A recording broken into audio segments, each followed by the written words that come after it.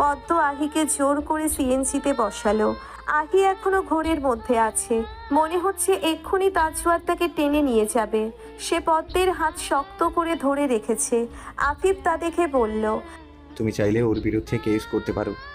আহি ভেজা চোখে আফিফের দিকে তাকালো আর বলল, ওর বিরুদ্ধে কেস করে কি হবে? ঠিকই কয়েকদিনের মধ্যে বের হয়ে যাবে। কেস করার জন্য শক্ত প্রমাণ লাগবে, যা আমার কাছে নেই। আফিফ কিছুক্ষণ চুপ করে থেকে বলল, আমি চাইলে তোমাকে সাহায্য করতে পারবো। কিভাবে? আমি তো এখন তাজওয়ারের পিএ। ওর অনেক তথ্য আমার কাছে আছে, যদিও সরাসরি আমার হাতে নেই, কিন্তু আমি জোগাড় করতে পারবো। পদ্ম বলল, এরপর কি হবে? এসব দিয়ে কি তাওয়ার খানকে ফাঁসানো যাবে? খুব সেন্সিটিভ কেস। একবার ধরা খেলে দেশে থাকতে পারবে না। দুর্নীতি মামলায় কয়েক বছরের জেল হবে। আফিফ এবার মনে মনে বলল, এই শাস্তি তাজওয়ার খানের জন্য কিছুই না। তাজওয়ারকে এর চেয়ে ভয়ঙ্কর শাস্তি পেতে হবে। তখনই মনকে বোঝাতে পারবো আমার আপা ন্যায় বিচার পেয়েছে। পদ্ম আহিকে পাশায় নিয়ে এলো। আফিফা বেগম দরজা খুলে আহিকে দেখে ভ্রু কুঁচকে বললেন, এই মেয়ে। পদ্ম বলল, মা, আমার বান্ধবী। আহি আফিফা বেগমকে সালাম দিয়ে ভিতরে ঢুকলো। পদ্ম আহিকে ভিতরে নিয়ে যেতেই আফিফা বেগম ছেলেকে জিজ্ঞেস করলেন, কি হয়েছে? মেয়েটা বিপদে পড়েছে, আজ রাতে এখানে থাকবে। ও আচ্ছা। পদ্ম আহিকে নিয়ে তাদের রুমে চলে এলো। এরপর আহিকে খাটে বসিয়ে দিয়ে বলল, আমি তোর জন্য বিছানা করে দিচ্ছি। পাশে একটা ছোট রুম আছে, রেনু আসলে ওখানে থাকে। অনেকদিন আসে না, তাই বিছানা গুটিয়ে রেখেছি। তুই এখানে বয়। Don't miss this offer. পদ্ম চলে যেতেই আহি এদিক ওদিক তাকাতে লাগলো। রুমে একটা খাট, পাশে ছোট একটা টেবিল, টেবিলের উপর আফিফের হাত ঘড়ি আর রুমাল। আহি বুঝলো এটা আফিফ আর পদ্মের বেডরুম। সে বিছানা ছেড়ে উঠে পাশে চেয়ারটা টেনে বসতে যাবে, তখনই তার চোখ আটকে গেল দেওয়ালে বাঁধানো বড় ফ্রেমটিতে। আহি ধীর পায়ে সেই ফ্রেমটির দিকে এগিয়ে গেল। তখনই রুমে আফিফ ঢুকলো। আহিকে দেখে আফিফ ভ্রু কুঁচকে বলল, তুমি এখানে? আহি কাপা কণ্ঠে বলল। পদ্ম আমাকে এখানে বসিয়ে দিয়ে রুম ঠিক করতে গেছে। আফিফ এবার দেওয়ালে লাগানো ছবিটির দিকে তাকালো। আহিও আফিফের দৃষ্টি অনুসরণ করলো। আহি কিছু জিজ্ঞেস করতে যাবে তার আগেই আফিফ বলল, এটা আমার প্রথম অ্যাচিভমেন্ট, তাই দেয়ালে লাগিয়েছি, অন্য কিছু না। কথাটি বলেই আফিফ বের হয়ে গেল। আহির চোখ ছলছল করে উঠল। সে ঝাপসা চোখে আবার সেই ছবিটির দিকে তাকালো। এক্সিবিশনের জন্য আফিফের আঁকা আহির সেই ছবিটি আফিফ আর পদ্মের বেডরুমের দেওয়ালে ঝুলানো দেখে বেশ অবাক হয়েছিল আহি। কিন্তু খারাপ লাগছে আফিফ আর পদ্মের ব্যবহৃত জিনিসপত্র দেখে। আলনায় পাশাপাশি পদ্মের শাড়ি, ওড়না আর আফিফের শার্ট ঝুলছে। এটাকেই তো সংসার বলে। তার মানুষটা সংসার করছে তার প্রিয় বান্ধবীর সাথে, আর আহি দাঁড়িয়ে দাঁড়িয়ে তাদের গোছানো সংসার দেখছে। এই দিনটিও হয়তো তার দেখার ছিল। চারপাশে ঘুটঘুটে অন্ধকার, প্রকৃতি নিস্তব্ধতায় মোড়া। নিরাপত্তা ভেঙে মাঝে মাঝে মশকিদের গান ভেসে আসছে আহির কানে। মশারি টাঙানো ছোট্ট বিছানায় গুটিসুটি মেরে শুয়ে আছে সে। পরিষ্কার কম্বল টেনে নিজেকে আরেকটু গুটিয়ে নিল আহি। সে বন্ধ দরজার দিকে তাকিয়ে আছে এক দৃষ্টিতে। অসহ্য লাগছে তার। এবার উঠে বসলো সে। দেওয়াল হাতিয়ে বাতি জ্বালালো। রুমে ছোট একটা আয়না আছে। নিজেকে সেই আয়নার সামনে দাঁড় করলো আহি। তার ঠোঁটে রক্ত জমাট বাঁধা। নিজের মুখটা দেখেই চোখে অশ্রু ভিড় করলো তার। গায়ের জামাটা পদ্মের, ঢিলে ঢালা পোশাক, কিন্তু সালোয়ার কামিজ পরে ঘুমানোর অভ্যেস নেই তার। সে এবার মেঝেতে পা গুটিয়ে বসে পড়ল। কিছুক্ষণ পর পর চোখ ভিজে উঠছে তার। কামিজের হাতায় চোখ মুছছে, আর দরজার দিকে তার দৃষ্টি স্থির। হঠাৎ তার চোখ আটকালো খাটের পিছনে দাঁড় করানো ক্যানভাসের দিকে। আহি ক্যানভাসটি বের করে তার সামনে রাখলো। কাগজ দিয়ে মোড়ানো ক্যানভাস। আহি কাগজ সরিয়েই চমকে উঠল। এটা তো সেই ছবি, যেই ছবি সে নদীর পাড়ে এঁকেছিল। সেই মধ্যাহ্ন বেলার আকাশ, সেই হেমন্তের রং, সে পাহাড়ের গায়ে জন্মানো ছোট ছোট ধূসর লাল ফুল। আহি মনে মনে ভাবতে লাগলো, আফিফের বাসায় আমার আঁকা ছবি। কিছুক্ষণ ভাবার পর আহির মনে পড়ল সেদিন এই ছবিটা আঁকার পর সে সাথে করে নিয়ে আসেনি, নদীর পাড়েই ফেলে এসেছিল। কারণ ড্রাইভার এসে জানিয়েছিল তার মা সালমা ফাউজিয়াকে হাসপাতালে নিয়ে যাওয়া হয়েছে। সেই দিনই আহি তার ভাইকে হারিয়েছিল। অতীত মনে পড়তেই গাল বেয়ে অস্ত্র গড়িয়ে পড়ল তার। ছবিটি বুকে জড়িয়ে নিয়ে বলল, আফিফ হয়তো জানতোই না এটা আমার আঁকা ছবি, কিন্তু এত বছর ধরে ও কত যত্ন করে রেখেছে এই ছবিটা। পদ্ম খুব ভাগ্যবতী, এমন যত্নবান পুরুষ শুধু ভাগ্যবতীদের কপালেই থাকে। আমি তো অশুভ ছিলাম, তাই আমার ভাগ্যে আফিফ ছিল না। দরজায় কড়া নাড়ার শব্দ হতেই আহি ক্যানভাসটি একপাশে রেখে উঠে দাঁড়ালো। দরজা খুলতেই পদ্ম রুমে ঢুকলো। আহিকে পদ্ম দেখে জিজ্ঞেস করলো। ঘুমাসনি এখনো? আহি মলিন মুখে বলল, ঘুম আসছে না। আমি জানি তুই এমন পরিবেশে অভ্যস্ত না। মোটেও না, আমি ঠিকই অভ্যস্ত। আমার অনেক ভালো লাগছে এখানে। আসলে আমি কামিজ পরে ঘুমাই না, তাই ঘুম আসছে না, অস্বস্তি লাগছে। হ্যাঁ আগেই বলতে পারতি। গেঞ্জি পরে ঘুমাস? হ্যাঁ, একটু ঢিলে ঢালা হলেই ভালো আর। থাকবে না কেন? দাঁড়া, আমি নিয়ে আসছি। পদ্ম কিছুক্ষণ পর ধূসর রঙের একটা টি শার্ট আহিকে দিয়ে বলল, এখন ঘুমিয়ে পড়, রুমে বাতি জ্বলছে, দেখেই তোকে দেখতে এলাম। চিন্তা করিস না, আরাম করে ঘুমা, তোর কিচ্ছু হবে না। আর ওই তাজওয়ার খানকে তোর বিয়েই করতে হবে না, আমরা সবাই তোর পাশে আছি। আহি পদ্মকে জড়িয়ে ধরল আর পদ্ম আহির মাথায় হাত বুলিয়ে দিতে লাগলো। সকালে আহি রুম থেকে বের হয়েই আফিফের মুখোমুখি হলো। আফিফ আহিকে দেখে ভ্রু কুচকে তাকিয়ে রইল। আফিফের চাহনি দেখে আহিও ভ্রু কুচকালো। তখনই পদ্ম এসে বলল, চল নাস্তা খেয়ে নিবি। আফিফ এবার পদ্মের দিকে জিজ্ঞাসু সূচক চোখে তাকালো। পদ্ম হালকা হেসে আহিকে টেনে এনে চেয়ারে বসিয়ে দিল। আফিফ পদ্মের কাছে এসে বলল, কি করলে এটা? পদ্ম চোখের ইশারায় আফিফকে থামিয়ে দিল। আহি তাদের এমন ইশারায় কথা বলা দেখে বলল, কিছু হয়েছে? পদ্ম ব্যস্ত কণ্ঠে বলল। আরে না, তুই নাস্তা কর। আফিফ নিজেও আহির মুখোমুখি চেয়ারে বসলো। আহি পদ্মকে জিজ্ঞেস করলো, আন্টি নাস্তা করবেন না? মা নাস্তা করে ফেলেছেন, উনি তাড়াতাড়ি নাস্তা করেন, আফিফি শুধু দেরিতে করেন। তুই করবি না? তোরা খা, তুইও বয়। আমি আফিফ যাওয়ার পর নাস্তা করব। আহি ভ্রুকুচকে জিজ্ঞেস করলো। কেন? আফিফ পদ্মের হাত ধরে তাকে চেয়ারে বসিয়ে দিয়ে বলল। খেয়ে নাও। তখনই আফিফা বেগম ডাইনিংয়ে এলেন। পদ্ম আফিফা বেগমকে দেখেই চেয়ার ছেড়ে উঠে দাঁড়ালো। আহি অবাক দৃষ্টিতে পদ্মের দিকে তাকালো। আফিফা বেগম এবার চেয়ার টেনে বসলেন। আহির দিকে তাকিয়ে বললেন, তুমি এটা কি পড়েছো? আহি ইতস্তত নিয়ে পদ্মের দিকে তাকালো। পদ্ম বলল, আহি কামিজ পরে ঘুমাতে পারে না, তাই দিয়েছি। তাই বলে স্বামীর জামা দিয়ে দেবে? আহি অবাক দৃষ্টিতে পদ্মের দিকে তাকিয়ে বলল। এটা তোর না। পদ্ম কিছু বলবে তার আগেই আফিফা বেগম বললেন, পদ্মের কেন হবে? বউ মানুষটা কি এমন পোশাক আশাক পরে? আহি এবার আফিফের দিকে তাকালো। আফিফ আপন মনে নাস্তা করছে, আশেপাশে কে কি বলছে কিছুই শুনছে না, এমন একটা ভাব নিয়েছে সে। আহি মাথা নিচু করে নীরবে খাচ্ছে।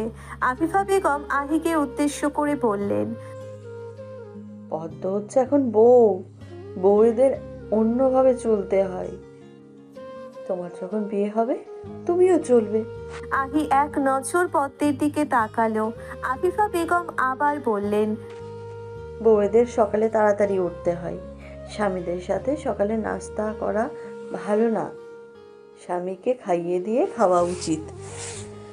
আগে স্বামীর পেট ভরবে, তারপর বউয়ের। আর তোমরা যে জামা কাপড় পরো, ও সব তো পরলে লোকে মন্দ কথা বলবে। বউদের বাইরের মানুষদের সামনে মাথায় কাপড় দিতে হয়।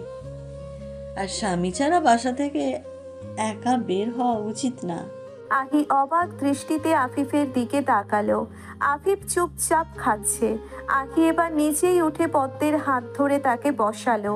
তারপর পদ্মের প্লেটে একটা রুটি উঠিয়ে দিয়ে বলল, যেই মেয়ে সবার পরে ঘুমিয়ে সবার আগে উঠতে পারে, যেই মেয়ে স্বামীকে খাইয়ে নিজে খিদে ভুলে থাকতে পারে, যে নিজের পছন্দ অপছন্দ, নিজের স্বাধীনতা ভুলে এতটা বাধ্য জীবনযাপন করতে পারে, তাকে রানীর মতো করে রাখতে জানতে হয়। যারা জানে না তাদের অন্তত পুরুষ বলা যায় না। শেষ কথাটি আহি আফিফের দিকে তাকিয়ে বলল। আফিফ আহির দিকে নির্বিন্ন দৃষ্টিতে তাকালো। আহি এবার আফিফা বেগমের দিকে তাকিয়ে বলল, সমাজ কি বলে, সংস্কার কি বলে জানি না, এতটুকু জানি আইন বলে, ধর্ম বলে, অনুশাসন বলে নারীকে তার প্রাপ্য সম্মান দিতে হবে। এটা তার অধিকার। সকালে উঠুক তাড়াতাড়ি, সংসার করুক, এটা ওর দায়িত্ব। কিন্তু এভাবে অবহেলা করা উচিত নয়। ওর অধিকার আছে ওর স্বামীর সাথে এক প্লেটে খাওয়ার। আপনার ছেলে তাই এভাবে বলছেন। আপনার মেয়ের শ্বশুরবাড়িতে একই কথা। আপনার সামনে আপনার মেয়েকে বললে বুঝতে পারতেন। আফিফা বেগম চুপ করে রইলেন। পদ্মও চুপচাপ বসে আছে। আফিফ পদ্মের হাত ধরে রেখেছে। সে পদ্মকে চেয়ার ছেড়ে উঠতে দেবে না। এটাই ভালো সুযোগ পদ্মের জীবনের কিছু নিষেধাজ্ঞা তুলে দেওয়ার। আফিফ তার মাকে প্রচণ্ড শ্রদ্ধা করে, মায়ের কথা অমান্য করে না। আফিফা বেগম পদ্মকে পছন্দ করেন না, তাই তিনি নিজেই হয়তো পদ্মের জন্য বাড়তি নিয়ম যোগ করেছেন। আফিফ অনেকবার প্রতিবাদ করেছিল। ফলাফল স্বরূপ আফিফা বেগম কান্না জুড়ে দিতেন, কখনো বা দেওয়ালে মাথা ঠুকতেন, কখনো কখনো না খেয়ে থাকতেন। ছেলের উপর অভিমান করে অনেকবার অসুস্থ হয়ে পড়েছিলেন। তাই আফিফ মায়ের কথা ভেবেই আর প্রতিবাদ করেনি। কিন্তু আজ আহির জন্যে সেই সুযোগ পেয়ে গেছে। এখন মা অন্তত অভিমান করে থাকতে পারবেন না। ছেলের সাথে অভিমান করে থাকা যায়, বাইরের কারোর সাথে অভিমান করে কী লাভ? আফিফা বেগম উঠে দাঁড়িয়ে বললেন, আচ্ছা, খাবে আর কি? এখন থেকে স্বামীর সাথেই খাবে। এরপর তিনি পদ্মের দিকে তাকিয়ে বললেন, পদ্ম, তাড়াতাড়ি খেয়ে নাও, এরপর সবজিগুলো রান্না করে ফেলো, দেরি হয়ে যাচ্ছে। আফিফা বেগম চলে যেতেই আহি পদ্মকে বলল। চুপ থাকিস কেন? হ্যাঁ, কিছু বলতে পারিস না? আফিফ গম্ভীর সুরে বলল। আমার মায়ের মুখের ওপর আমি নিজেই কথা বলি না, পদ্ম কেন বলবে? পদ্ম আফিফের হাত ধরে বলল। আহি বুঝেনি। আফিফ আহিকে বলল, থ্যাঙ্কস পদ্মের পক্ষ নেওয়ার জন্য। তবে আমি আমার মাকে খুব ভালোবাসি। আমি পদ্মকেও খুব ভালোবাসি। পদ্ম আমাকে বুঝে, তাই ও কোনো অভিযোগ করে না। মাঝে মাঝে শান্তির জন্য কিছু কথা মেনে নিতে হয়, এতে কোনো ভুল নেই। বরং বড়দের কথা মেনে নিলে তাদের দোয়া পাওয়া যায়। আফিফ কথাটা বলেই চেয়ার ছেড়ে উঠে গেল। এরপর পদ্মের কাছ থেকে বিদায় নিয়ে চলে গেল। আফিফ চলে যেতেই আহি বলল, আমার বাসায় ব্রিটিশ শাসন আর তোর শ্বশুর বাড়িতে পাকিস্তানি শাসন চলছে, আর তুই আমাকে আফিফের টি শার্ট দিলি কেন? পদ্ম বলল, তো কি হয়েছে? পাগল তুই? বরের জামা কি কেউ বাইরের মেয়েকে পরতে দেয়? তুই আমার বান্ধবী। আরে বান্ধবী বোন কাউকে দেয় না পদ্ম। আমার বরের জামা তো আমি কোনো মেয়েকেই ধরতেই দিতাম না। আচ্ছা, জি। এসবে কিছুই হয় না। আফিফ তো আমারই। ওনার জামা কেউ পড়ুক না পড়ুক, ওনার মনে তো আমি আছি। আহি নিষ্কম্প চোখে সেকেন্ড খানিক পদ্মের দিকে তাকিয়ে রইল। কথাটা সত্য হলেও বেশ আঘাত করলো আহিকে। নিজেকে স্বাভাবিক করে বলল, তা ঠিক, তাও একটু আগলে রাখিস। বরটা তো তোরই, জিনিসপত্রগুলোতেও যেন তোর স্পর্শ থাকে। পদ্ম হেসে বলল, এসব তো জড়ো। আমি যতদিন বেঁচে আছি, জীবন্ত মানুষটা তো আমারই অধিকারে। যদি আমার কিছু হয়ে যায়, তখন হয়তো সেই অধিকারটা হারিয়ে ফেলবো। তোর কিছু কেন লাগবে? পাগল নাকি তুই? না রে, মাঝে মাঝে ইচ্ছে করে মরে গিয়ে আফিফকে মুক্তি দিতে। ওনাকে একটা সন্তান দিতে পারছি না। আমাদের বিয়ের 5 বছর হবে। ডাক্তার জানিয়ে দিয়েছে আমি কখনোই মা হতে পারবো না। কোনো চিকিৎসা আমার ভাগ্যে মা হওয়ার সৌভাগ্য এনে দিতে পারবে না। সন্তান নেওয়া কোনো লক্ষ্য না, একসাথে সুখে থাকা জীবনের লক্ষ্য। আফিফ তোকে ভালোবাসে, তুই আফিফকে ভালোবাসিস। আর দুজন ভালোবাসার মানুষের জীবনে কোনো প্রতিকূলতা বাধা হয়ে আসে না। সন্তান দত্তক দিতে পারিস। কত সন্তান বাবা মার ভালোবাসা পাচ্ছে না, তাদের একটা নতুন জীবন দে। সেই সন্তান অনেক ভাগ্যবান বা ভাগ্যবতী হবে, যার মা তুই হবি, যার বাবা আফিফ হবে। পদ্ম বলল, কিন্তু সে তো আফিফের রক্ত হবে না। ও তো চাইলেই বিয়ে করে বাবা হতে পারবে। কখনো না। বিয়ে করলে তোর আফিফ পাগল হয়ে যাবে। এক বউয়ের জন্য মায়ের বিরুদ্ধে যেতে পারছে না, আর এক বউয়ের জন্য যাবে। 2 বউয়ের অভিমান সহ্য করার ক্ষমতা সব পুরুষের থাকে না। তাই এক নারীতেই আসক্ত হওয়া ভালো। পদ্ম মুচকি হাসলো। আহি পদ্মের দিকে তাকিয়ে মনে মনে বলল, আমি আফিফ নামক মানুষটাকে পাইনি, কিন্তু তার প্রতি অদ্ভুত একটা শ্রদ্ধা আছে। তোর জায়গাটা একটা সন্তানের জন্য সেদিন অন্য কাউকে দিয়ে দেয়, তোর জায়গাটা সন্তানের জন্য সে যদি অন্য কাউকে দিয়ে দেয়, সেই শ্রদ্ধাটা আমার থাকবে না। আমার ভালোবাসাটা মরে যাবে। কিছু ভালোবাসার শ্রদ্ধা হয়ে অন্তত বেঁচে থাকুক। বিকেলে আহি তৈরি হয়ে পদ্মের রুমে এসে দেখল আফিফ ও পদ্ম ঘনিষ্ঠ মুহূর্ত পার করছে। আহি তা দেখে তাড়াতাড়ি সরে গেল। পুরো শরীর শিউরে উঠল তার। ডাইনিংয়ের চেয়ার টেনে বসে জগ থেকে পানি ঢেলে ঢকঢক করে খেয়ে নিল। জোরে জোরে শ্বাস ছাড়ল। মনে মনে বলতে লাগলো, ওরা স্বামী স্ত্রী, এটা একদম স্বাভাবিক। রিল্যাক্স আহি। অভিমানের সুরে আহি বিড়বিড় করে বলল, দরজাটা বন্ধ করতে পারলো না। আর আমি কি জানি বিকেলে আফিফ বাসায় চলে আসবে? আমি ভেবেছি সন্ধ্যায় আসবে। আহি আবার রুমে চলে গেল। অনেকক্ষণ পর পদ্ম আহির রুমে এলো। আহি পদ্মকে দেখে বলল, আমি চলে যাব এখন। তোকে না বলেছি কয়েকদিন থাকতে? না না না, কি যে বলিস, বাসায় যাব। বাবা হয়তো অনেক রেগে আছে। আহি টি শার্টটা বিছানা থেকে নিয়ে পদ্মের হাতে দিয়ে বলল। আমি ধুয়ে দিয়েছি। আফিফ তখনই পদ্মকে ডাকার জন্যে এলো আর পদ্মের হাতে সেই শার্টটা দেখে বলল, এটা লাগবে না, তোমার কাছেই রেখে দাও। পদ্ম ভ্রুকুচকে আফিফের দিকে তাকালো। আহি অবাক হয়ে বলল, না না না, আমি কেন যাব? আমার বউ না বুঝে এমন বোকামি করে ফেলেছে। বরের শার্ট অন্য মেয়েকে দেয় না, এটা ওর বোঝা উচিত ছিল। এটা আমি আর পরবো না। আহি মলিন মুখে আফিফের দিকে তাকিয়ে আছে। আফিফ বলল, পদ্ম, এক কাপ চা বানিয়ে দিও, আমার মাথা ব্যথা করছে। কথাটি বলেই আফিফ চলে গেল। আফিফ চলে যেতেই পদ্ম আহির হাত ধরে বলল। ওনার কথায় মন খারাপ করিস না। আহি হাসার চেষ্টা করে বলল, কেন মন খারাপ করব? উনি আমার কোনো আত্মীয় নয়, তোর বর। আমার সাথে ওনার কোনো সম্পর্ক নেই, তাই হয়তো ওনার বিষয়টা ভালো লাগেনি। আর আমি যদি জানতাম এটা তোর না, আমি করতামও না। কি বিশ্রী একটা কাজ করেছিস। পদ্ম মলিন মুখে বলল, সরি রে। বাদ দে, আমি রেখে যাচ্ছি। ইচ্ছে করলে ফেলে দিস। কত কাজে লাগে এসব কাপড়। আমি কিন্তু ভালোভাবেই ধুয়ে দিয়েছি। আহি বেরিয়ে পড়ল। যাওয়ার আগে সে একবারও আফিফের দিকে তাকালো না। পদ্ম আফিফকে বলল, আহিকে গাড়িতে তুলে দিয়ে আসুন না। আফিফ বের হতে যাবে তখনই আহি বলল। আহি পদ্মের কাছ থেকে বিদায় নিয়ে চলে গেল। আর আফিফ শান্ত দৃষ্টিতে আহির যাওয়ার পথের দিকে তাকিয়ে আছে। ক্লান্ত শরীরে বাসায় পা রাখতেই মনিয়া খালা হন্তদন্ত হয়ে আহির কাছে এলেন। আহি মনিয়া খালার উদ্বিগ্ন মুখের দিকে তাকিয়ে জিজ্ঞেস করলো, কি হয়েছে খালা? তিনি ভীত কণ্ঠে বললেন। আহি কোনো কিছু বুঝে ওঠার আগেই মিসেস লাবণী দম্ভ ভরে সিঁড়ি বেয়ে নেমে এলেন। তার ঠোঁটে ফুটে উঠেছে শয়তানি হাসি। আহি তার দিকে ভ্রুকুচকে তাকিয়ে আছে। মিসেস লাবণী আহির সামনে এসে দাঁড়িয়ে বললেন, প্রেমিকার বাসায় রাত কাটিয়ে এসেছো? আহি রাগী স্বরে বলল, উল্টাপাল্টা কথা বলবেন না আপনি। আপনি কি জানেন গতকাল রাতে আমার সাথে কি হয়েছিল? কি আর হয়েছিল? তোমার হবু স্বামী তোমাকে একটু ভালোবাসতে চেয়েছিল, ব্যাস। জোর করতে চেয়েছে, ভালোবাসতে চাইনি। এটাকে ভালোবাসা বলে না। তবে তোমার চোখে ভালোবাসা কি?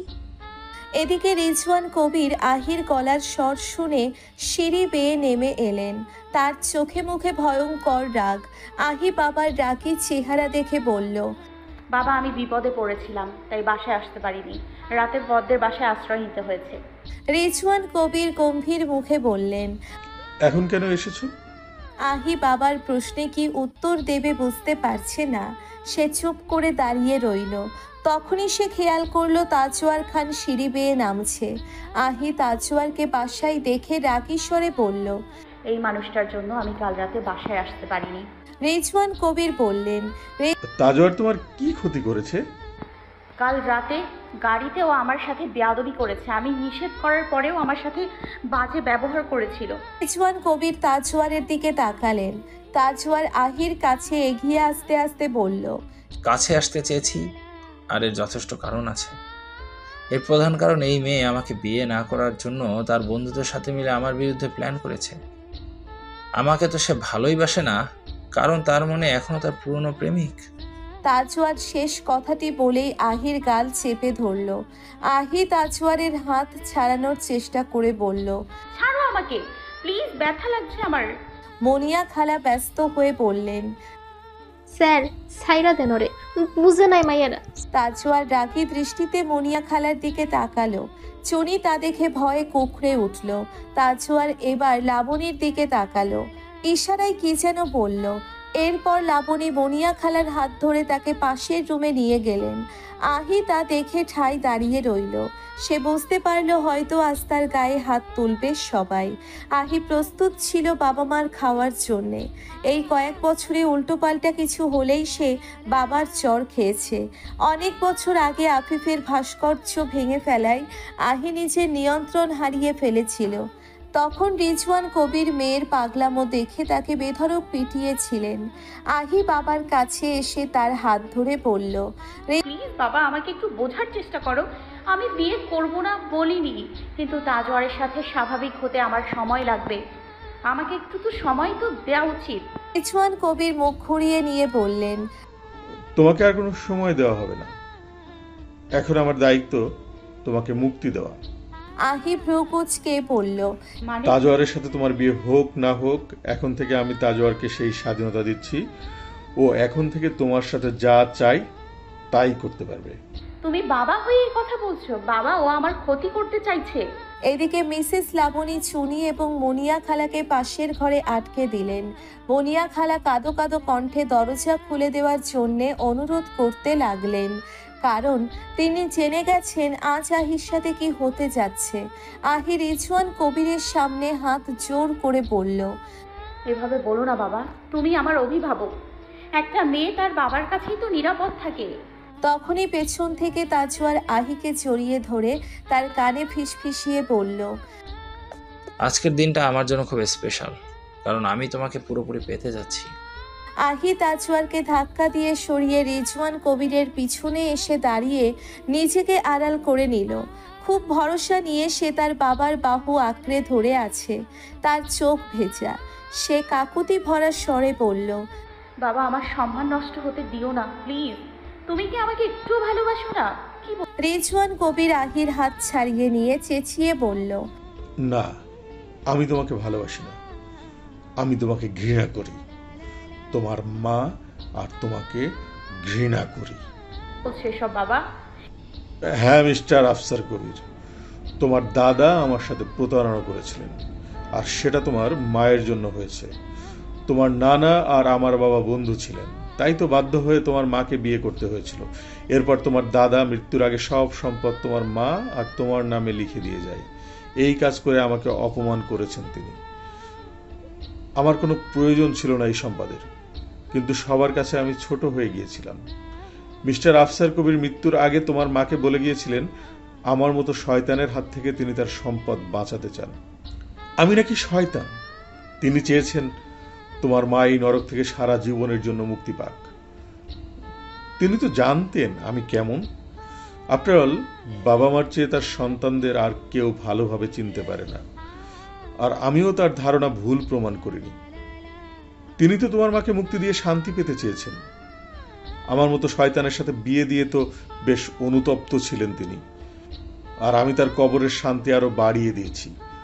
তোমার মাকে তো মুক্তি দিয়েছি, তবে শারীরিকভাবে দিলেও মানসিকভাবে দেইনি।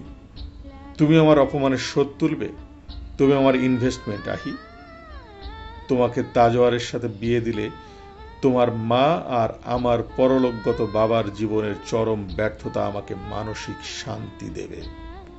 রিজওয়ান কবিরের কথা শুনে আহির চোখ ভিজে উঠল। সে বাবার হাত ধরে বলল।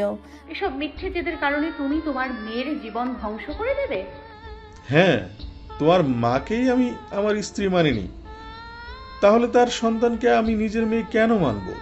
তোমার কি মনে হয় আমি তোমাকে নিজের কাছে কেন রেখেছি? কেন রেখেছো? তোমার মাকে মানসিকভাবে কষ্ট দেওয়ার জন্য। তা যাই হোক, আমি তো তোমারই মেয়ে। I don't care. Rizwan Kabir এবার তাজওয়ারের দিকে তাকালেন। তাজওয়ার আহির হাত ধরে তাকে জোর করে টেনে সিঁড়ি বেয়ে উঠাতে লাগলো।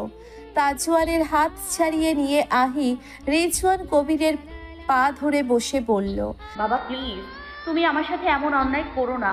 আমি তোমার মেয়ে, তুমি আমাকে এভাবে কারোর কাছে বিক্রি করে দিও না। আমি এই লোকটাকে বিয়ে করতে চাই না, যাকে আমি বিয়েই করবো না সে আমাকে কেন স্পর্শ করবে? আর বিয়ে হোক বা না হোক, একটা মেয়ের সাথে জোড়াজুড়ি করার অধিকার কারণ নেই, তার স্বামীরও নেই। রিজওয়ান কবির আহির কথায় কান দিলেন না। তিনি আহিকে ধাক্কা দিয়ে সরিয়ে সিঁড়ি বেয়ে উপরে উঠে গেলেন। লাবণীও তার পিছু পিছু উপরে যেতে লাগলো। আর যাওয়ার আগে আহির দিকে তাকিয়ে তীর্যক হাসি হেসে বলল, তোমার চ্যালেঞ্জে তুমি হেরে গেছো। আহি স্তব্ধ হয়ে সেখানে দাঁড়িয়ে রইল। তাজওয়ার আহির কাছে এসে তাকে পাজা কোলে করে তুলে সিঁড়ি বেয়ে উঠতে লাগলো। উঠতে উঠতেই বলল, কংগ্রাচুলেশনস, আজ তুমি পুরোপুরি আমার হতে যাচ্ছ। একবার আমার স্পর্শ পেলে আর কোনো পুরুষের স্পর্শ সহ্য হবে না তোমার। আহি কথাটা শুনেই যেন মনে জোর ফিরে পেল। সে হাত পা ছোড়াছুড়ি করতে লাগলো। তাজওয়ার তাকে টেনে উপরে এনে তারই বিছানায় ছুঁড়ে মারল। আহি উল্টো দিকে ঘুরে তাজওয়ারের হিংস্র চেহারার দিকে ঘৃণা ভরে তাকালো। তাজওয়ারের ঠোঁটে বিশ্রী হাসি। সে শার্টের বোতাম খুলতে লাগলো। তা দেখে আহির হাত মুঠো হয়ে এলো। সে নিজেকে বিছানা উঠতে দেখে তার হাত ধরে ফেলল। তার আহি তাজওয়ারের হাতে কামড় বসিয়ে দৌড়ে ওয়াশরুমে ঢুকে গেল। তাজওয়ার দরজা চেপে ধরতেই আহি কাপা হাতে দরজাটা ভালোভাবে আটকে দিল। তাজওয়ার চড়ে চড়ে দরজা ধাক্কা দিচ্ছে। ওয়াশরুমের দরজা এতটাও শক্ত না। এভাবে ধাক্কা দিতে থাকলে আজ আহির রক্ষা নেই। তাই সে ব্যস্ত হয়ে পড়ল। কারো কাছে যে সাহায্য চাইবে সেই উপায়ও নেই। আহি ক্লান্ত হয়ে ওয়াশরুমের মেঝেতে বসে পড়ল। তাজওয়ার এবার আরো জোরে জোরে দরজা ধাক্কা দিচ্ছে। এবার দরজার লকটা আলগা হয়ে যাচ্ছে। আহি মুখে হাত চেপে কাঁদছে। নিজেকে ভীষণ অসহায় মনে হচ্ছে তার আপন বাবা তার সাথে এত বড় ছল করেছে। তিনি একবারও নিজের মেয়ের সম্মানের কথা ভাবলেন না। এমন জঘন্য মানুষকে সে এতদিন বাবা বলে ডেকেছে।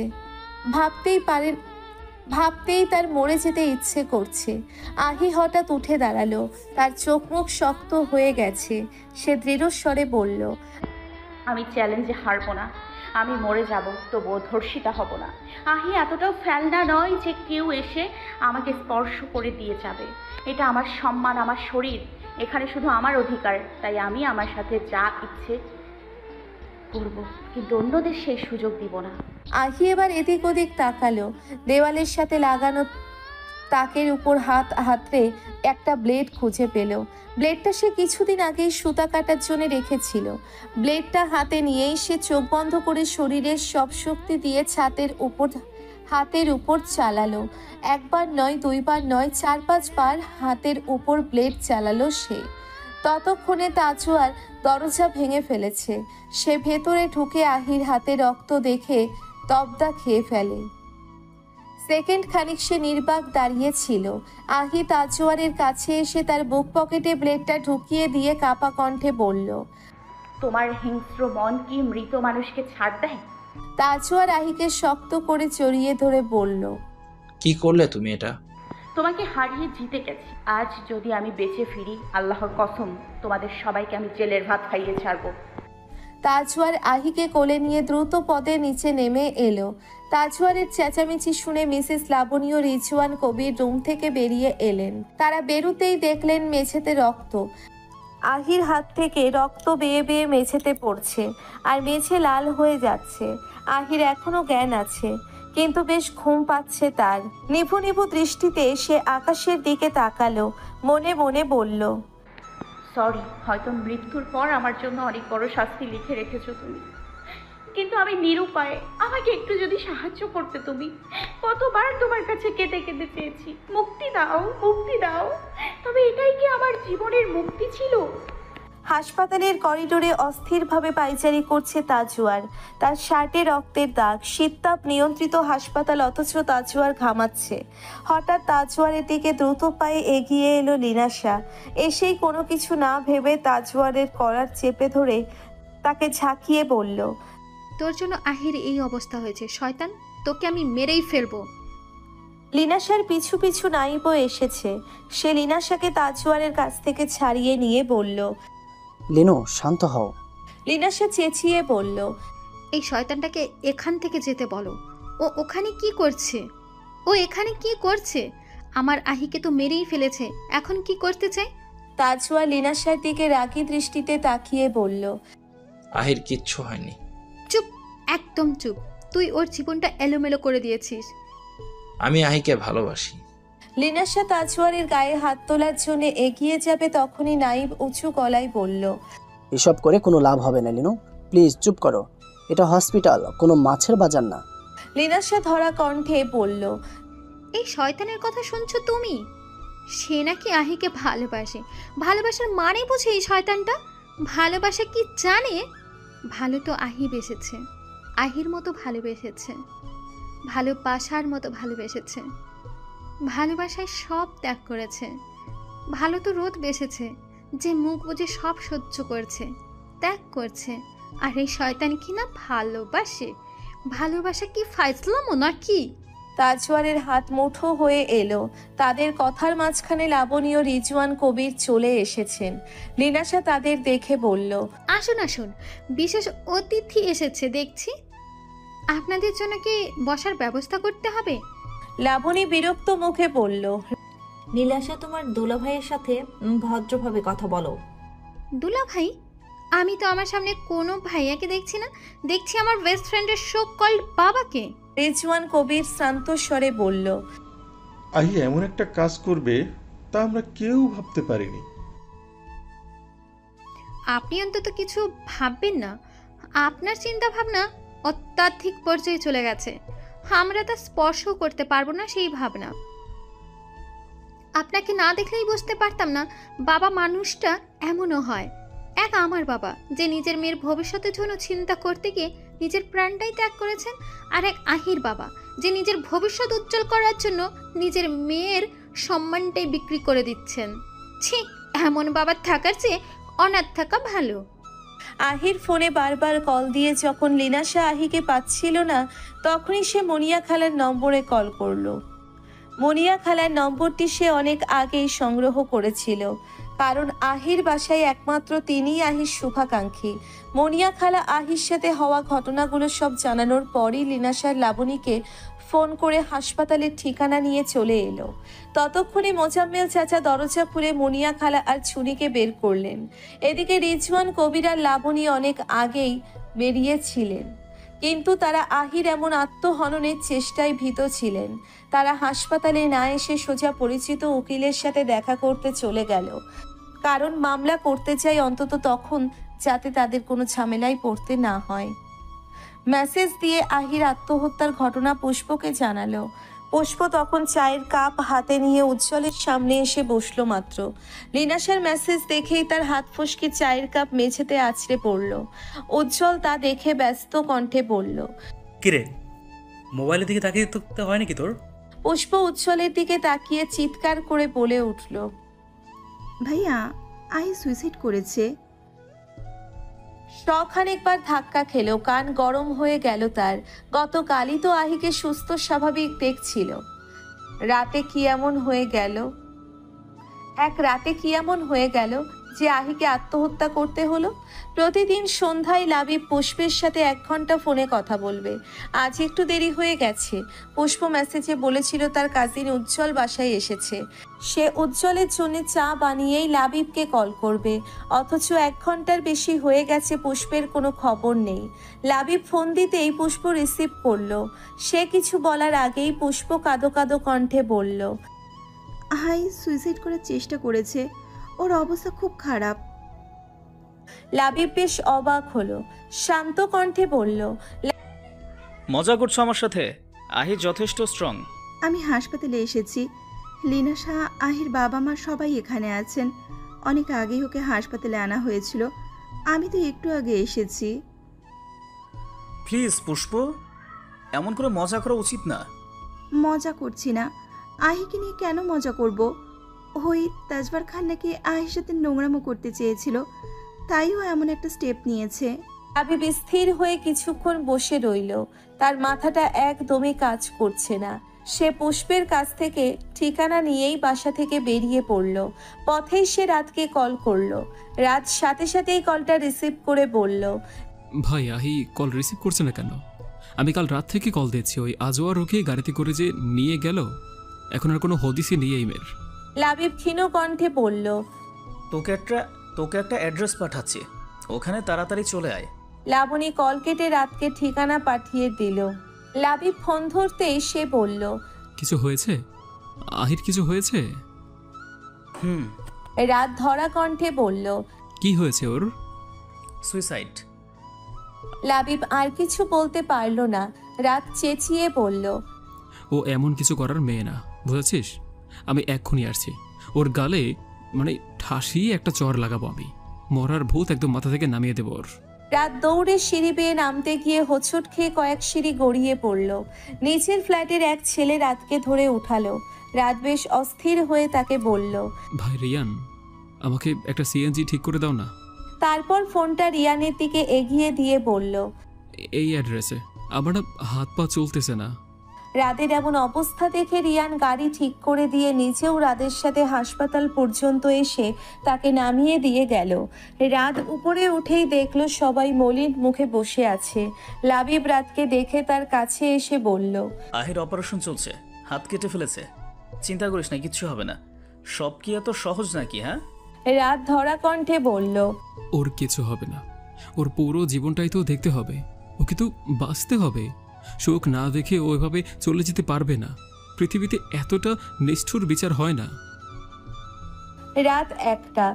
কাজ সেরে পদ্ম আফিফের পাশে বসলো। আফিফ স্থির হয়ে বসে আছে। বিকেল থেকেই তার মন ভারী হয়ে আছে। আহিকে এভাবে কষ্ট দিতে চায়নি সে, কিন্তু যা করেছে আহির ভালোর জন্যেই করেছে। অন্তত মেয়েটা তার প্রতি মনে বিন্দু মাত্র ভালোবাসাও না রাখুক, রাতকে ওয়াদা করেছিল আফিফ। খুব শীঘ্রই সে আহির জীবন থেকে চলে যাবে। অন্তত যতদিন আছে ততদিনে আহির মন থেকে উঠে যাওয়ার সব চেষ্টা করতে চায় আফিফ, কিন্তু শান্তি পাচ্ছে না। অপরাধ বোধ ঝাঁকড়ে ধরেছে তাকে। পদ্ম আফিফের দিকে কিছুক্ষণ তাকিয়ে রইল। আফিফের সাড়া না পেয়ে সে তার বুকে মাথা রেখে বলল, কি হয়েছে আপনার? হঠাৎ মন খারাপ হলো কেন? আফিফ পদ্মের চুলে হাত বুলিয়ে দিয়ে বলল, কোথায়? আমি তো ঠিকই আছি। পদ্ম আফিফের দিকে তাকিয়ে বলল, আপনাকে খুব অশান্ত মনে হচ্ছে। এমন তো আগে ছিলেন না। এমন কিছু কি হয়েছে যা মনের বিরুদ্ধে? আফিফ মৃদু হেসে বলল, তুমি আমাকে একটু বেশি বুঝতে চাও। আপনি তো ভীষণ চাপা স্বভাবের, আপনাকে বুঝতেই তো আমার যুগ পেরিয়ে যাবে। হঠাৎ পদ্মের ফোন বেজে উঠল। পদ্ম ঘড়ির দিকে তাকিয়ে বলল, আমার ফোনে এত রাতে কে কল করেছে? আফিফের পাশেই পদ্মের ফোনটা ছিল। আফিফ ফোনের স্ক্রিনে তাকিয়ে বলল, আমার ফ্রেন্ড। পদ্ম ফোন হাতে নিয়ে কলটা রিসিভ করতেই ওপাশ থেকে পুষ্প ক্লান্ত কণ্ঠে বলে উঠল, পদ্ম, তোর ব্লাড গ্রুপ কি বি পজিটিভ? পদ্ম ভ্রু কুঁচকে বলল, হ্যাঁ, কেন? আহিকে রক্ত দিতে হবে। পদ্ম মাথা তুলে সোজা হয়ে বসে আফিফের দিকে তাকালো। আফিফ ভ্রু কুঁচকে পদ্মের দিকে তাকিয়ে আছে। ভ্রু কুঁচকে পদ্ম বলল, আহিকে রক্ত দিতে হবে কেন? কি হয়েছে ওর? আফিফ পদ্মের মুখে এমন কথা শুনে চমকে উঠল। ওদিকে পুষ্প বলল, গ্রুপে দেখিসনি? না, কি হয়েছে বলো না। সুইসাইড করতে চেয়েছে ও। কি? সুইসাইড? আফিফ স্তব্ধ হয়ে বসে আছে। পদ্ম ব্যস্ত কণ্ঠে বলল, কি পাগলের মতো বলছিস পুষ্প? চিন্তা করিস না, ডাক্তার আশ্বস্ত করেছেন। আপাতত ব্লাড লাগবে, একজন দিয়ে গেছে, কিন্তু আরও এক ব্যাগ লাগবে। তুই দিতে পারলে আমাদের বাইরে খোঁজ নিতে হবে না। কেন দেব না? আমি এক্ষুনি আসছি, ঠিকানা পাঠা আমাকে। পদ্ম কল কাটতেই আফিফ ব্যস্ত কণ্ঠে বলল, কি হয়েছে আহির? পদ্ম ভেজা কণ্ঠে বলল, সুইসাইড করার চেষ্টা করেছে। তুমি আমাকে নিয়ে যাবে ওখানে? ওর নাকি ব্লাড লাগবে, আমাদের ব্লাড গ্রুপ সেম। আফিফ বিছানা ছেড়ে উঠে বলল, আমি বাইক বের করছি, তুমি তাড়াতাড়ি আসো। ভোর 6টা। হাসপাতালেই স্থির হয়ে বসে আছে কিছু মানুষ। একজন ব্যতীত কারোর সাথেই আহির রক্তের সম্পর্ক নেই, অথচ তারা নির্ঘুম রাত কাটিয়ে দিয়েছে। লিনাশা মলিন মুখে বসে আছে করিডোরের সাথে লাগোয়া বেঞ্চে। নাইব তার হাত ধরে রেখেছে শক্ত করে। একপাশে পুষ্প বেঞ্চে পা উঠিয়ে পদ্মের কাঁধে মাথা রেখে নিভু নিভু দৃষ্টিতে আহির কেবিনের দিকে তাকিয়ে আছে। সালমা ফাউজিয়া সেই কেবিনের বাইরে মেঝেতে বসে আছে, তার পাশেই রাত বসলো। আর পেছনের বেঞ্চে ক্লান্ত শরীরে শুয়ে আছে লাবিব, আর আফিফ তার পাশেই বসে আছে। উজ্জ্বলকে রাত 3টেই জোর করে বাসায় পাঠিয়েছিল পুষ্প। সবার জন্যে খাবার নিয়ে এসেছিল সে, কিন্তু কারো মুখে দানাপানি যায়নি। সেও এখন এক কোনায় বসে আছে।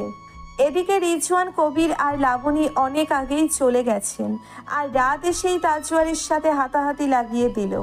ডাক্তার অনেক আগেই জানিয়েছে আহি আশঙ্কা মুক্ত, কিন্তু জ্ঞান না ফেরা পর্যন্ত কেউ এই কথা বিশ্বাস করতে পারছে না।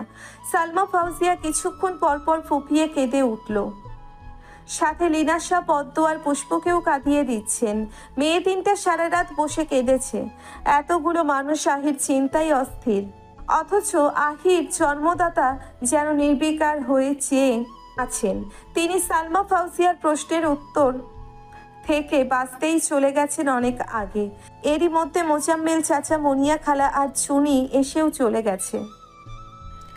ঘড়ির কাঁটা 7টা 7 মিনিটে এসে থামতেই নার্স বেরিয়ে বলল আহির জ্ঞান ফিরেছে। সালমা ফাউজিয়া অস্থির হয়ে উঠে কেবিনে যেতে নিবে, তখনই নাইব তার পথ আটকে বলল, আপনাকে দেখলেও মানসিকভাবে ভেঙে পড়বে। আপনাকে বেশ ক্লান্ত দেখাচ্ছে। আপনি একটু পড়ে যান, রাত আগে যান, পরে আহিকে স্বাভাবিক করো। নাইবের কথায় রাতের দেহে যেন প্রাণ ফিরল। নাইব রাতকে উদ্দেশ্য করে বলল, ওই ঘটনা নিয়ে কিছু জিজ্ঞেস করো না, শুধু ওকে মানসিকভাবে সাপোর্ট করতে যাচ্ছ তুমি, যাতে বাকি সবার অভিযোগ নেওয়ার ক্ষমতা থাকে ওর। রাত মাথা নেড়ে ভেতরে ঢুকলো। আহি নিভু নিভু দৃষ্টিতে কেবিনের দরজার দিকে তাকালো। রাতকে দেখে তার চোখ যেন ভেসে উঠল। আহির মুখের দিকে তাকিয়ে অনেক কষ্টে নিজের অশ্রু আটকালো সে। হয়তো এ জন্যেই নাইব তাকে পাঠিয়েছে। আহির ব্যাপারে ধৈর্য ধরার ক্ষমতা নিয়েই হয়তো জন্মেছিল সে। আহিকে দেখলেই তার মন শক্ত হয়ে যায়। বাকিরা তো দুর্বল, তারা কাঁদবে, আহিকেও কাঁদাবে। রাত আহির পাশে এসে বসলো। আহি কাপা হাতে রাতের হাতটা ছুঁয়ে দেওয়ার জন্যে হাত বাড়ালো। রাত আহির হাতটা ধরেই বলল, তোকে এক নজর দেখার জন্য আমাকে 1 যুগ অপেক্ষা করিয়েছিস মনে হলো। তোর অপেক্ষায় এক রাতেই আমার বয়স বেড়ে গিয়েছে। এই বুড়ো রাতকে একটু 16তে নিয়ে আয়। যেই বয়সে সে তোর সাথে দুদণ্ড কথা বলার জন্য তোর বেঞ্চের সামনে গিয়েও ফিরে আসতো। আচ্ছা, অন্তত 21-এ নিয়ে আয়, যেই বয়সে তোর বন্ধু হতে পেরে কয়েকশো বাচ্চাকে ট্রিট দিয়েছিল। আচ্ছা, সেটাও বাদ দে, অন্তত সেই বয়সে তো নিয়ে আয় যেদিন তুই তাকে জড়িয়ে ধরে বলেছিলি, তুই পাশে থাকলে আমার নিজেকে অসহায় মনে হয় না, তুই আমার মেডিসিন। আহি মৃদু হেসে কাপা কণ্ঠে বলল, বেঁচে ফিরেছি আমি। এই ঘুমে আমি অনেক স্বপ্ন দেখেছি। সবচেয়ে সুন্দর স্বপ্ন কি ছিল জানিস? কি? লন্ডনের সেই বাড়ির ছাদে পা ঝুলিয়ে তোর পাশে বসে গল্প করা। এর অর্থ কি? আমি মুক্তি পাবো, আকাশ দেখবো, পাখি দেখবো, শান্তি দেখবো। রাত আহিকে হালকা জড়িয়ে ধরে বলল, তোর জন্য সবাই বসে আছে। কে কে এসেছে আমাকে দেখতে? আন্টি এসেছে, লিনাশা, পদ্ম, পুষ্প, লাবিব সবাই বসে আছে। আর রাত আহির মাথায় হাত বুলিয়ে দিয়ে বলল, নাবিব ভাইয়া পুষ্পের কাজিন, উজ্জ্বলও আছে। আর রাত এবার কিছুক্ষণ থেমে বলল, আফিফও আছে। না, ও তো নেই, একটা তেলাপোকা আছে। রাত হালকা হাসলো। আহি রাতের দিকে হাত এগিয়ে দিয়ে বলল, তোকে একটু ছুঁয়ে দেখি। রাত আহির দিকে ঝুঁকে দাঁড়াতেই আহি রাতের গাল ধরে বলল, এবার বিশ্বাস করেছি আমি বেঁচে আছি। রাত, আমাকে আর ওই বাড়িতে যেতে দিস না। যেতে দেব না তোকে। জানি তুই যেতে দিবি না। কখনো যেতে দেব না। ভালোবাসি তোকে, খুব ভালোবাসি। আমিও তো ভালোবাসি। আমার ভালোবাসাটা তোর মতো না। আহি রাতের দিকে তাকিয়ে মুচকি হেসে বলল, আমাকে আমার মতো করে ভালোবাসিস না, ভীষণ কষ্ট পাবি। দেখ আমি কষ্ট পেয়েছি। আমাকে কি তুই ফেলে চলে যাবে? না, কেন চলে যাব? তাহলে কেন কষ্ট পাবো আমি? তুই যাবি না তো? আমাকে কি তেলাপোকা মনে হয়? তুই যদি তেলাপোকা হতি, আমার ভালোবাসা ফসকে যেত না। সুন্দর একটা গল্প হতো আমার। এখন লিখবি? সুস্থ হয়ে লিখবি? আমাকে কিন্তু সময় দিতে হবে। সময় নেই, তোর নামে আমি পুরো জীবনটাই লিখে দেব। আহি শুকনো হেসে বলল, এত ভালোবাসিস না রাত। অতিরিক্ত ভালোবাসা মানেই ক্ষতি, অভিশাপ, যন্ত্রণা। সালমা ফাউজিয়ার হাত ধরে আহি ধীর পায়ে কেবিন থেকে বেরিয়ে আসতেই তাজওয়ারের মুখোমুখি হলো। তাজওয়ার ফুলের তোড়া আহির দিকে এগিয়ে দিয়ে বলল, কেমন আছো সুইটহার্ট? আহির শরীর এখনো দুর্বল, কিন্তু তাজওয়ারকে দেখেই তার দৃষ্টি তীক্ষ্ণ হলো। আহির রাগান্বিত চোখ দুটি দেখে তাজওয়ার হাঁটু গেড়ে বসে পড়ল। আই প্রমিস, আমি খুব ভালো হয়ে যাব। ভবিষ্যতে এমন কিছুই করব না যেটা তোমাকে কষ্ট দিবে। তোমাকে ছুঁয়েও দেখব না। রাত আহির পাশে দাঁড়িয়ে তার এক হাত আলতোভাবে স্পর্শ করলো। আহি রাদের স্পর্শ পেয়ে তার দিকে তাকালো। এবার তাজওয়ারের দৃষ্টি আটকালো আহি আর রাদের আবদ্ধ হাতের দিকে। তাজওয়ার রাদের দিকে তাকিয়ে ক্ষীণ কণ্ঠে বলল, তুমি এত সহজে আমার ভালোবাসাকে আমার কাছ থেকে দূরে সরিয়ে দিতে পারবে না।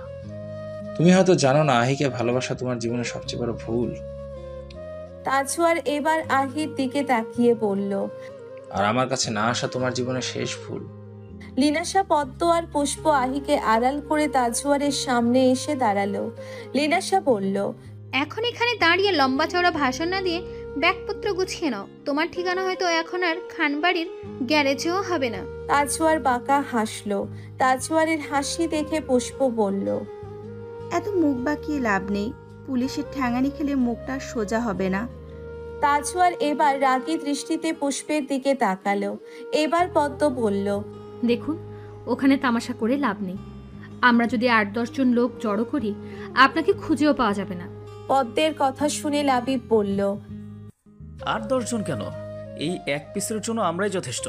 লাবিব কথাটি বলেই হাসলো।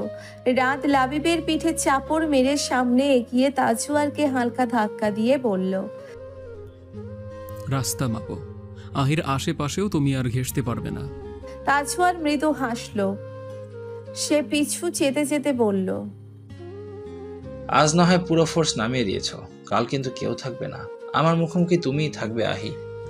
মনে ভীষণ ক্ষোভ জন্মেছে আমার। এই পৃথিবীতে আমি ছাড়া তোমার দ্বিতীয় কোনো প্রেমিক থাকুক, এটা তো মানা যায় না। আহি শুধু একজনের। সালমা ফাউজিয়া আহিকে বাসায় নিয়ে এসেছেন। রোকিয়া ফাউজিয়া আহির পাশে বসে আছে। লিনাশা, পদ্ম আর পুষ্প ছাড়া বাকিরা চলে গেছে। তিনি বান্ধবী ব্যস্ত আহিকে হাসাতে। অনেক বছর পর আয়েশি ভঙ্গি করে আড্ডা দিল তারা। সালমা ফাউজিয়ার ঘরে উষ্ণ আমেজ ছড়িয়ে পড়ল। দরজার কাছে এসে দাঁড়ালেন তিনি। আহির ঠোঁটের ফাঁকে মিষ্টি হাসি দেখে তার চোখ ভিজে গেল। এভাবেই যদি মেয়েকে আগলে রাখা যেত। এদিকে পদ্ম একটু পরপর আফিফের নম্বরে কল করছে, কিন্তু কল যাচ্ছে না। ভীষণ চিন্তিত দেখাচ্ছে পদ্মকে। লিনাশা পদ্মের চিন্তিত মুখের দিকে তাকিয়ে বলল, কিরে, কি হয়েছে? পদ্ম বলল, উনি যে কোথায় গেলেন। আরে ভাবিস না, হয়তো অফিসে গেছে। আমার না ভয় করছে। উনি ওই তাজওয়ার খানের কোম্পানিতে কাজ করছেন। ওনার যদি কিছু হয়ে যায়? কাজ ছেড়ে দিতে বল। তাজওয়ার খান নিজ থেকে ওনাকে বের না করলে আফিফকে অনেকটা টাকা দিতে হবে। 5 বছরের চুক্তিতে ঢুকেছেন। এটা তো সমস্যা। কত টাকা লাগবে?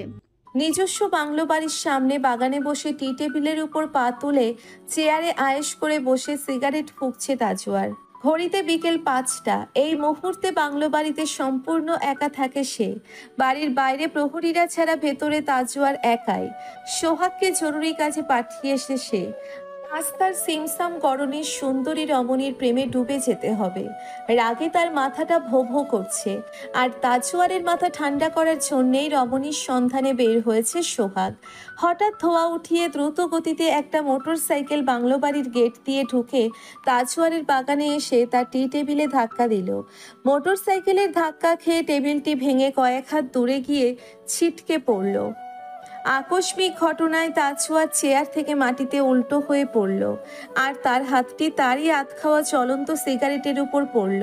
হালকা আঁচ লাগায় তাজওয়ার চোখ মুখ কুঁচকে অশ্রাব্য গালি দিয়ে পেছনে ফিরে দেখল মাথায় কালো হেলমেট, হাতে কালো গ্লাভস, পরনে কালো জ্যাকেট আর ট্রাউজার, পায়ে কালো বুটস পরে তার সামনে এক আগন্তুক দাঁড়িয়ে আছে। হেলমেট আর মোটা জ্যাকেটের কারণে মানুষটির চেহারা আর শারীরিক কাঠামো আন্দাজ করা যাচ্ছে না, তাই তাজওয়ার বুঝে উঠতে পারছে না কে এই আগন্তুক। তাজওয়ার মাটি থেকে উঠে এদিক ওদিক তাকাতেই খেয়াল করলো আগন্তুকটির হাতে একটা স্প্রে। তাজওয়ার তা দেখে দ্রুত পায়ে হেঁটে গেটের দিকে এগোতেই দেখলো তার প্রহরীরা সব মাটিতে পড়ে আছে। তাজওয়ার তা দেখে আগন্তুকটির দিকে তাকাতেই আগন্তুকটি তার হাতে থাকা স্প্রেটি মাটিতে ফেলে দিল। এরপর মোটরসাইকেলের চাবি হাতে নিয়ে এক হাতে শূন্যে উঠিয়ে অন্য হাত দিয়ে তা ধরে তাজওয়ারের দিকে এগুতে লাগলো। তাজওয়ার ভ্রুকুচকে বলল, কে তুমি, কি চাও? আগন্তুকটি তাজওয়ারের মুখোমুখি এসে দাঁড়ালো। তাজওয়ার বাঁকা হেসে বলল, ডাকাতি করতে এসেছিস? আগন্তুকটি সাথে সাথেই তার মুষ্টিবদ্ধ হাত তাজওয়ারের নাক বরাবর বসিয়ে দিল। তাজওয়ার নাক ধরে কয়েক পা পিছিয়ে আবার অশ্রাব্য গালি দিয়ে বলল, কে তুই? তোর সাহস হলো কি করে আমার গায়ে হাত তোলার? তুই জানিস আমি কে?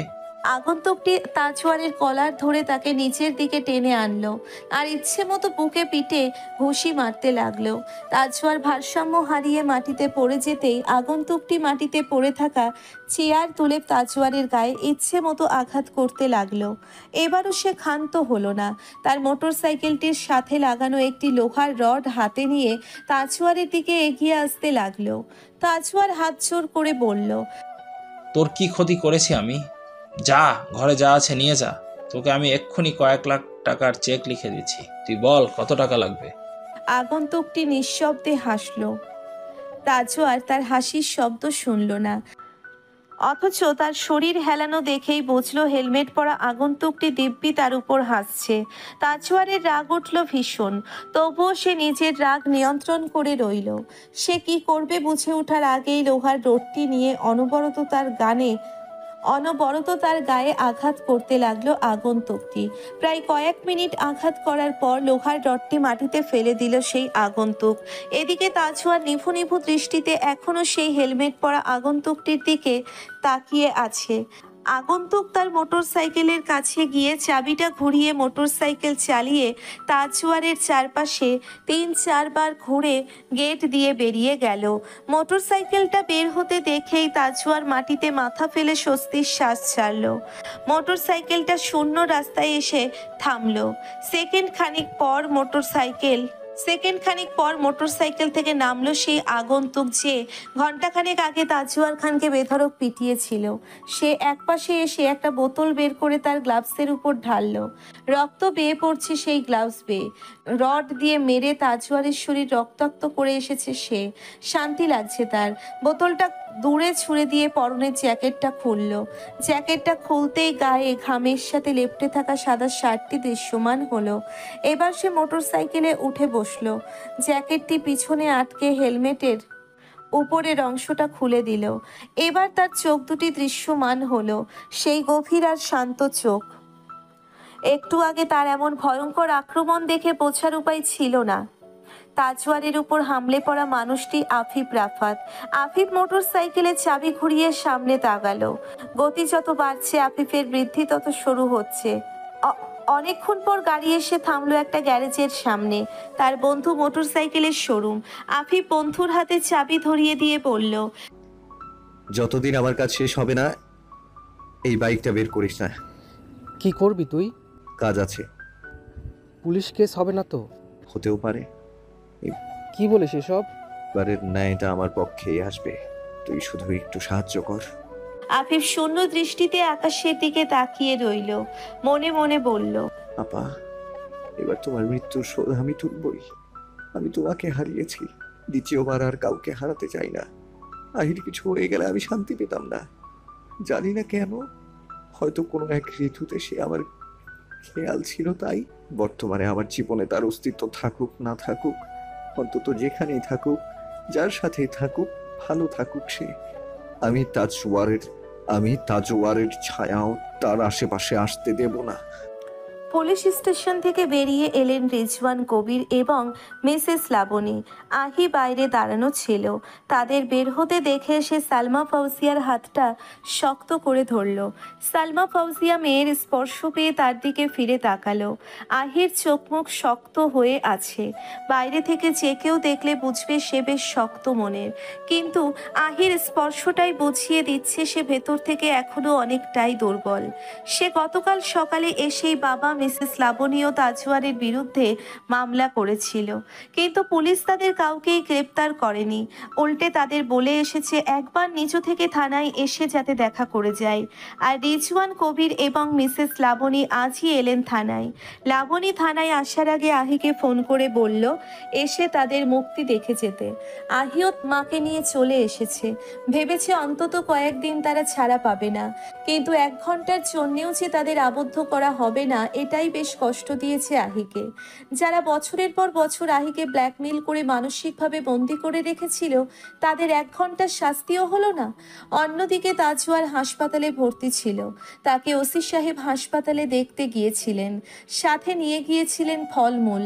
কাল সন্ধ্যায় তার সহচর সোহাগ এসে সেই হেলমেট পরা আগন্তুকের বিরুদ্ধে মামলা করে গেছে, সাথে প্রমাণ স্বরূপ দিয়ে গেছে তাজওয়ারের বাংলো বাড়ির সিসিটিভি ফুটেজের রেকর্ড।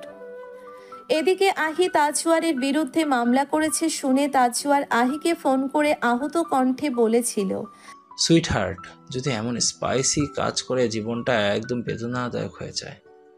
আমার শরীরে এত এত আঘাত, শুধু মনটা অক্ষত ছিল, আর তুমি সেটাও ভেঙে দিলে। থাক, সমস্যা নেই। ভাঙা মনে কিভাবে মানুষকে রাখতে হয় তা আমি জানি। আর আহি উত্তরে কিছু না বলেই কল কেটে দিয়েছিল। রিজওয়ান কবির আহির সামনে এসে দাঁড়ালেন। আহি শক্ত মুখে তার দিকে তাকিয়ে আছে। রিজওয়ান কবির তীক্ষ্ণ দৃষ্টিতে সালমা ফাউজিয়ার দিকে এক নজর তাকিয়ে আহিকে উদ্দেশ্য করে বললেন, বাবার বিরুদ্ধে মামলা করেছো, বেশ বাড়াবাড়ি করছো মনে হচ্ছে। আহি বুকে হাত গুজে বলল, বাবা শব্দের অর্থ জেনে আসবেন, তারপর না হয় বাবা হওয়ার অধিকার দেখাবেন। আমি বাবার বিরুদ্ধে মামলা করিনি। আমি একজন ব্যবসায়ীর বিরুদ্ধে মামলা করেছি, যে তার ব্যবসার লোভের জন্য একটা মেয়ের সম্মানে আঘাত করেছে। মিসেস লাবণী ভ্রু কুঁচকে বলল, যা করেছো তার জন্য তোমাকে আর তোমার মাকে অনেক কিছু দেখতে হবে। আহি হালকা হেসে বলল, দেখে তো ফেলেছি, সব দেখে ফেলেছি। এবার দেখাতে হবে, তবে আপনাদের দেখাবো না, পুরো পৃথিবীকে দেখাবো। সবাইকে জানাবো বাবা সব সময় রক্ষক হয় না, কিছু কিছু বাবা ভক্ষকও হয়। সব বাবা আগলে রাখতে জানে না, কিছু বাবা ধ্বংস করে দিতে জানে। সতর্ক করতে হবে সবাইকে। হিংস্র মানুষদের আসল চেহারা সবাইকে দেখাতে হবে। লাবণী তাচ্ছিল্যের সুরে বলল, তা কিভাবে দেখাবে শুনি? কি প্রমাণ আছে তোমার কাছে? আহি মাথা নিচু করে বলল, প্রমাণ পেয়ে যাব। লাবণী রিজওয়ান কবিরের হাত টেনে ধরে বাসায় বলল, চলো, তোমার মেয়েকে কিছুদিন মুক্তির স্বাদ পেতে দাও। বন্দি থাকতে থাকতে মাথাটা খারাপ হয়ে গেছে, না আছে কোনো প্রমাণ, আসছে আমাকে ধমকাতে। লাবণী রিজওয়ান কবিরকে নিয়ে সামনে পা বাড়াতে গিয়েই থেমে গেল। সে পেছন ফিরে আহিকে বলল, আহি, ফিরে তো তোমাকে আসতেই হবে। আর এবার ফিরে এলে পেছনে কাউকে জীবিত দেখবে না। বান্ধবী, তোমার প্রাণের 2 বন্ধু, তাদের পুরো পরিবার, আর তোমার মা ও তার পরিবার। না জানি কার কার কাফনের কাপড় কিনতে হবে। এক কাজ করো, আজ থেকেই কেনাকাটা শুরু করে দাও। আর কুলখানির আয়োজন তো হবেই, আমরা না হয় তোমার হয়ে দান করে দেব। কথাটি বলেই তারা গাড়ি নিয়ে চলে গেল।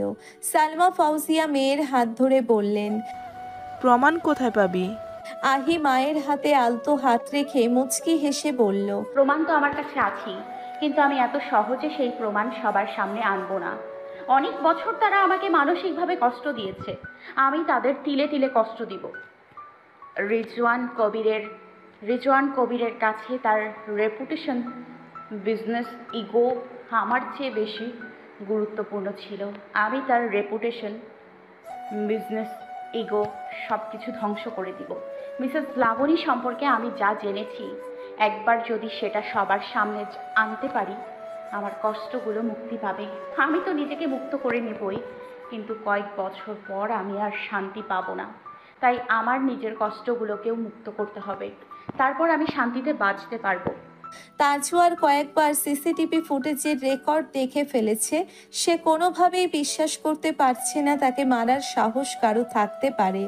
সোহাগ তাজওয়ারকে চুপ করে বসে থাকতে দেখে বলল, স্যার, আপনার কাকে সন্দেহ হচ্ছে? তাজওয়ার ভ্রু কুঁচকে বলল, আহির সাথে জড়িত কেউ এই কাজ করেছে। রাত? তাজওয়ার কিছু একটা ভেবে গম্ভীর কণ্ঠে বলল, রাত। আমার বাংলা বাড়ি সম্পর্কে আহি ছাড়া আর কেউই জানে না। আহি রাতকে এই ইনফরমেশন দিয়েছে আর রাতই এই কাজ করেছে। স্যার, আপনি অনুমতি দিলে তাকে এক্ষুনি ধরে নিয়ে আসছি। তাজওয়ার ফুটেজটা আবার দেখে বলল, না না না, রাত হবে না। এই ছেলে রাত নয়। রাত অনেকবার আমার সামনে দাঁড়িয়েছে। হেলমেট পরা এই ছেলেটা আমার সমান। আর রাতের হাইট আমার চেয়ে বেশি। হাইট জুতো পরে বাড়ানো যায় কিন্তু কমানো যায় না। এই ছেলে রাত হবেই না। তাহলে কে?